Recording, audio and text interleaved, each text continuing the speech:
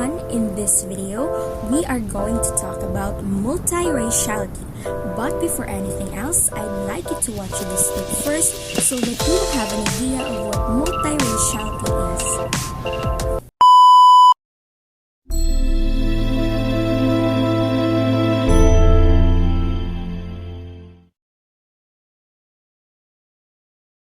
I think mixed race people, for the most part, the big common bond is that everyone wants to know who you are. What are you? And that is the way that it's phrased most often. What are you?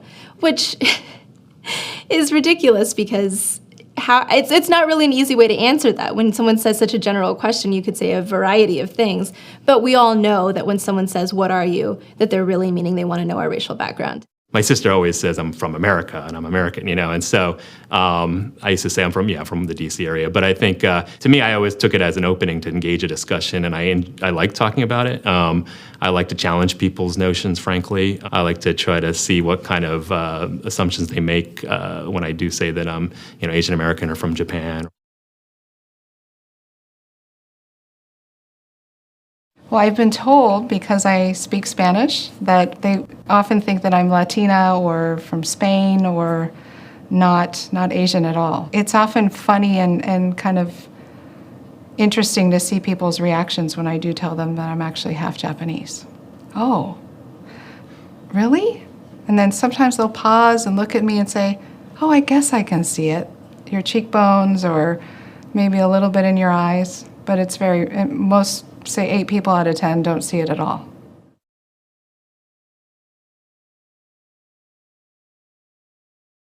Usually if I'm around many Black Americans who identify as fully Black, they'll say, oh, what are you? And this is a question I'm not unaccustomed to, as if I'm an alien, so what are you? And I say, oh, I play along, I'm Black. And they say, yeah, but and? There's no way you're just Black. You're something else, and we've got to figure you out. You're some exotic animal. You're just not Black. Because if you're Black, you would look more like us. Which, in other words, behind that question is this idea that yeah, you're us, but not quite. Meaning you're still, they're pushing me into this different space. Okay, so what is multiraciality? Multiraciality or multiracial refers to people who are of 2 or more racial heritages, just like those people you've seen in the video. It is the most inclusive term to refer to people across all racial mixes. And by the way, multiracial people can also be called mixed race because both actually have the same meaning. So, want to know more about some famous multiracial celebrities? Well, here are some of them.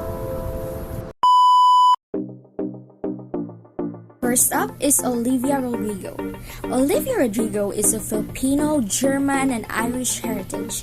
In a 2018 interview with CAAM, she opened up about her Filipino heritage. She said that her dad grew up in a house where they were always making Filipino foods. Her grandpa always spoke Tagalog, and all of those traditions have trickled down to her generation. And in every Thanksgiving, they always include Filipino foods like lumpia and other delicious Filipino dishes.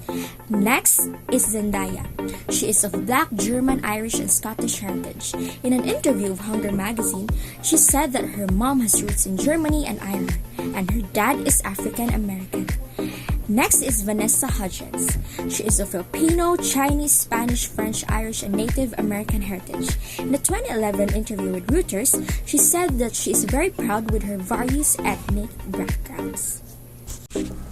So, what does it really mean to be multiracial?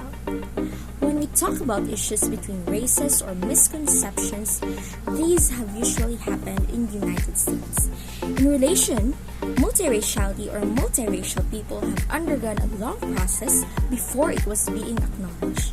And it all began after the U.S. Supreme Court case ended all race-based legal restrictions on marriage because of the Loving v. Virginia case 1967. So what is this all about? Kindly watch this clip. On July 11, 1958, at 2 a.m., a county sheriff entered the home of Virginia couple Richard and Mildred Loving, forced them out of their bed, and placed them under arrest. Their crime? Interracial marriage. This is the story of Loving versus Virginia and the landmark civil rights decision that would set an important precedent for marriage rights in America. Richard, who was white, and Mildred, who was Black and Native American, spent the early morning hours of July 11th in jail. They were tried and found guilty of violating Virginia's Racial Integrity Act of 1924, a series of laws that made race mixing illegal. The Lovings were then given an ultimatum: spend 1 year in prison or leave the state of Virginia for 25 years. Frightened and unaware of their legal options, they moved to Washington, D.C., where their marriage was legal. They raised their 3 children in the nation's capital, financially strapped and isolated from friends and family. 5 years later, they returned to Virginia to visit Mildred's relatives, but were arrested for a second time for traveling together. Inspired by the burgeoning civil rights movement, Mildred decided to fight back. So in 1963, she wrote a letter to U.S. Attorney General Robert F. Kennedy asking for his advice. Kennedy referred the Lovings to the American Civil Liberties Union, who assigned their case to 2 young lawyers named Bernard Cohen and Philip Hirschkopf. Cohen and Hirschkopf took their appeal all the way to the Supreme Court, arguing that Virginia's anti-miscegenation laws violated the Equal Protection Clause of the 14th Amendment, which guaranteed African Americans citizenship and all its privileges.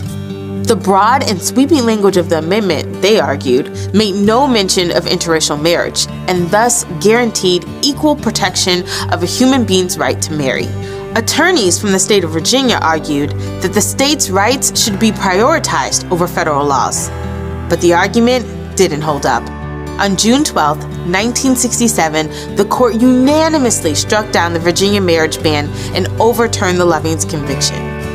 The court ruling reverberated across America, invalidating anti-miscegenation laws not only in Virginia, but in 16 other states that held them as well. After winning their case, the Lovings were finally free to do what they wanted to do all along. They lived quietly in Virginia as husband and wife until Richard's death in 1975.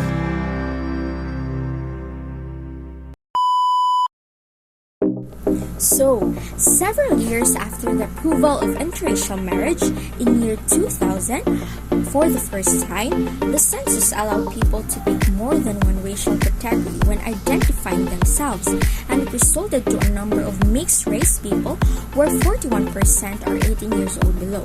Fast forward, the 2010 census showed an increase of almost 2.2 million people identifying with more than one race for a total of around 9 million.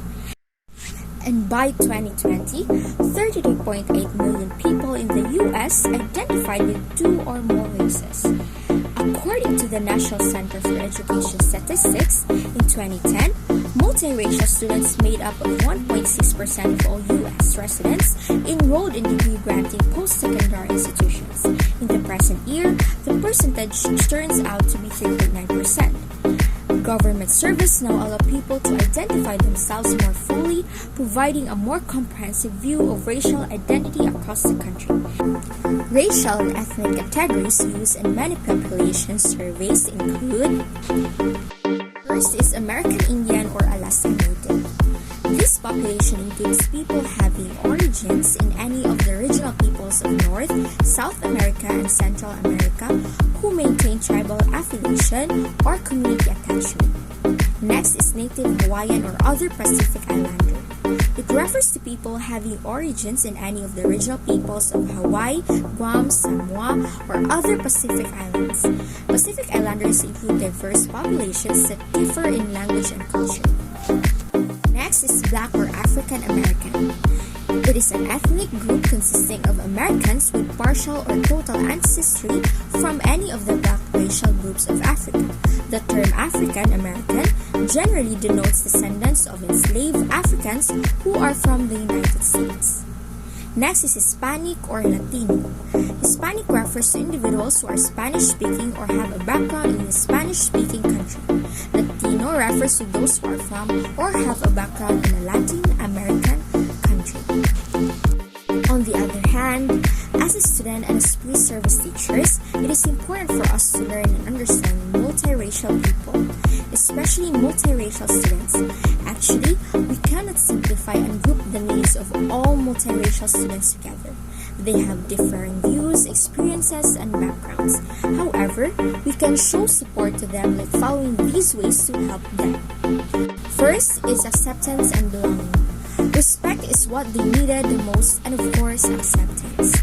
Second, help students to understand the differences among race, ethnicity, and culture. As students, we can start by educating ourselves with the differences between cultures, race, and ethnicity. And of course, for us to spread awareness to people about mixed races and mixed cultures. Third, understand how your identity may be perceived by others, and of course, stop discrimination. Oftentimes, discrimination between this type of individuals is ongoing, most especially the youths, which would lead to racism. Thus, awareness about multiraciality should be expanded. So, I will end this video with a quote from Racial Clan. Half black, half white. I identify not as one or the other, but as both. Being biracial is one of the things I'm proudest of. It's a gift. So, that's it for this video. Hope you guys learn. See you on my next video. Bye! I'm the son of a black man from Kenya and a white woman from Kansas. I have brothers, sisters, nieces, nephews, uncles, and cousins of every race and every hue scattered across 3 continents. And for as long as I live, I will never forget that in no other country on earth is my story even possible. It used to be like nobody knew that he was mixed, but he's talking about that a lot more. He's not necessarily saying, no, I'm not black, I'm not white, I'm mixed. He's not necessarily saying that, but it's not much of a mystery to anybody anymore that he's, mixed, and he's talked about that, especially in that speech that he made. If that can happen with one person, that could happen on like a larger scale with an entire community. If that community is ready to be seen as that. I mean, I don't know, but I just wanted to make that observation.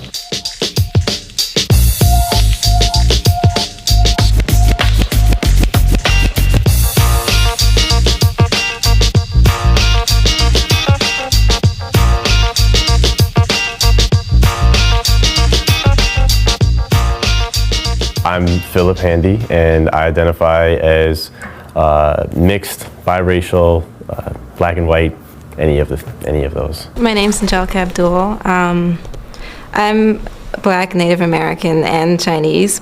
My name is Matthew Baden. I'm biracial too. I'm half African American and half Caucasian, and I express characteristics of both in me. So therefore, I am a multiracial person. My name's Alex Lee, and I would identify myself as half Korean and half white. I don't bring it up, but most people don't ask me. They just either assume or they wait till they really know me to ask me, because I guess it makes them nervous to ask, what you are, being that race can be sort of a tense issue. At least in the circles that I've traveled in, race is becoming more of people are starting to acknowledge the complexity of race. I started Fusion last year, and it was pretty much a kind of thing to create a support system among other mixed people, because I remember whenever I did meet mixed people, we were really excited to talk about the shared experience and the things that we faced.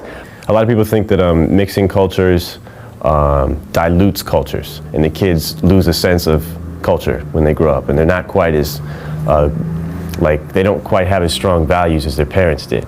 And we just wanted to get everybody's opinion on if that's true or not, and what you do to maybe navigate your different cultures, your different sides of the family. I just think that the family, like the size of your family on each side, plays a big role. And whether you feel like if I'm more Korean or more American or more white. My dad's Arab, my mom's Filipina, and also there's pressure from the family. So I go to wherever my dad lives, like my dad's family. So they're like, does he speak Arabic?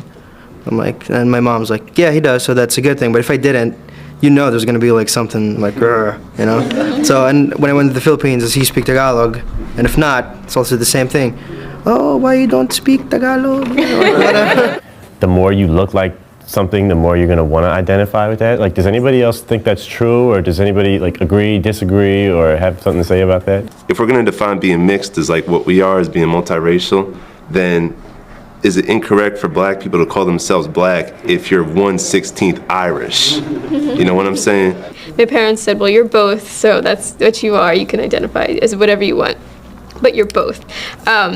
So me taking that and be like, okay, black side, white side, I already have the experience of being both, so I can kind of pass it on to my kids. Often the issue for mixed people is that obviously we don't fit into any boxes very well. So people, I think, have a certain animosity towards us in a lot of cases because they can't categorize us easily. As time goes on, generations come and go. I think people are more and more going to slowly but surely start to open themselves up more to different cultures, more progressively, not as pragmatic, so on and so forth.